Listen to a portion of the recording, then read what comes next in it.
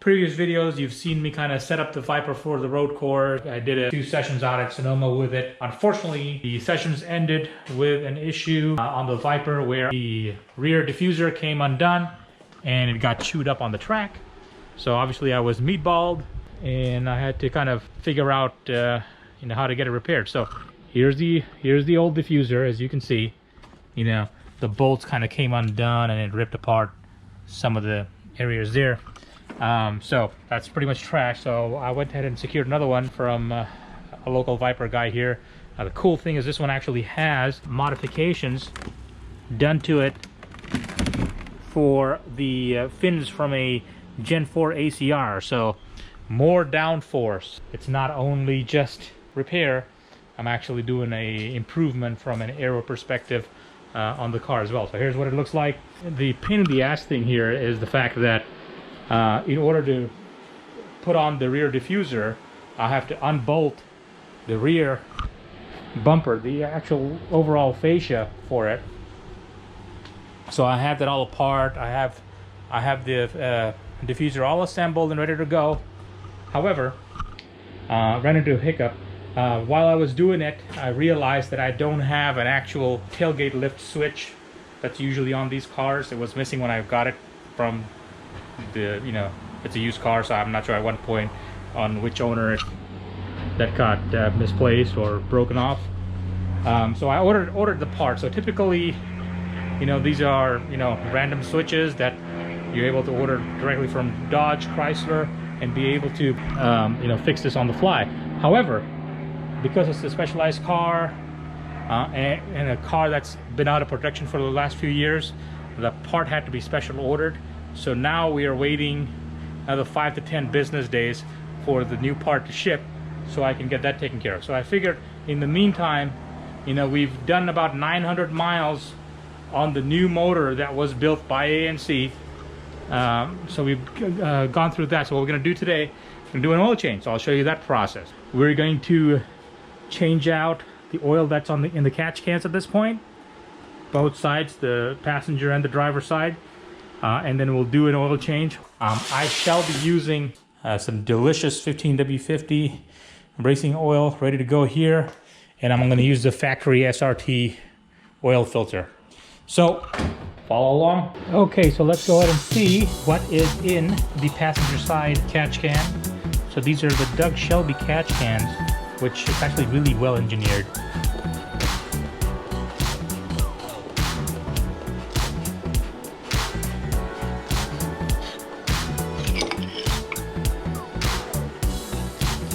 All right, so this barely has anything in here, so I'm gonna go ahead and dump this out, and then we'll go to the driver's side. Driver's side here.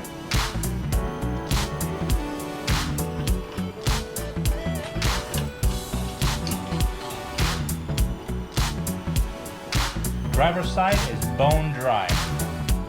All right, so we are now underneath the car. The filter is actually really conveniently located right here underneath the front air dam or belly pan there, so that's very easily accessible. So is the oil drain plug with 13 millimeter bolt there. All right, so I have loosened the bolt. First time seeing this oil come out, so let's see.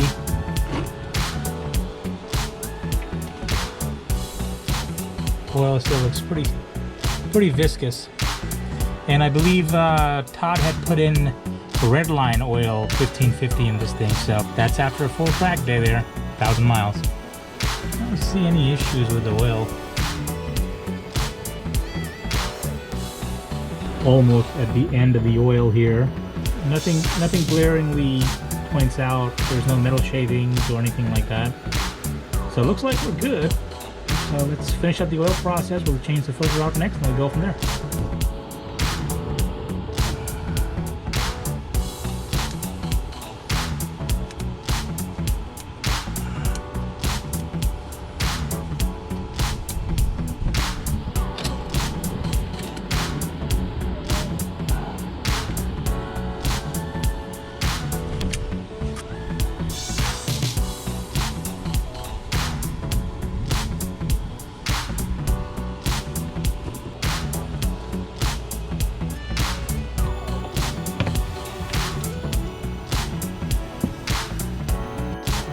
All right, filter's all drained out here. You know, just take a rag, just clean out, you know, ensure that there's no filter gasket remaining on here, because that can potentially cause a leak. And it looks like it's all nice and clean. Now, it's always a good idea to fill up some oil into the new oil filter that's going to go up there. And what I'm also going to do is lubricate the gasket with some new oil. Oh, look at that color of that racing oil. Look at that. That should be good enough for right now.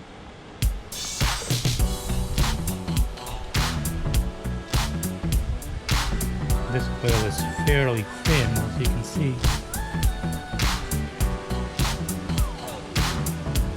And that should do it.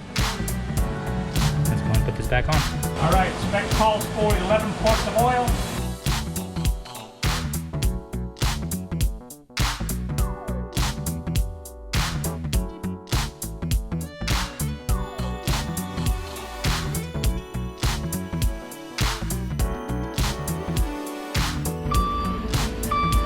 All right, let's go ahead and start up the car,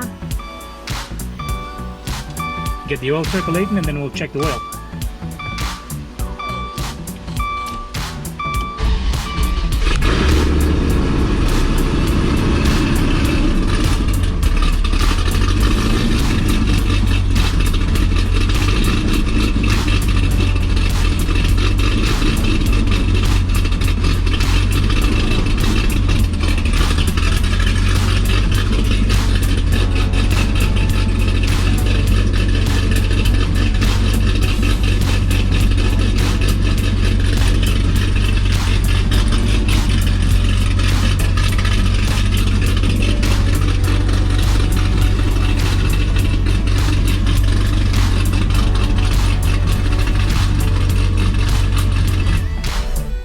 Alright, let's go and check the oil, make sure we are between the hash marks. As long as we're there, that's what we're looking for. Okay. Between here is what we're looking for, so let's go ahead and check it.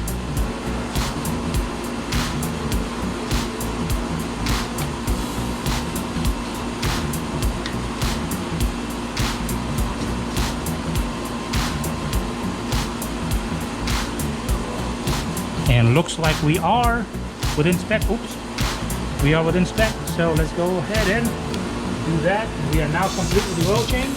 We put 11 quarts in there, tightened everything up. We hand tightened the filter. You know, tighten it, but don't over torque it, I guess I should say. Because the next time you do an oil change, you'll have a problem getting it out. Anyway, oil change is done. Everything looks good.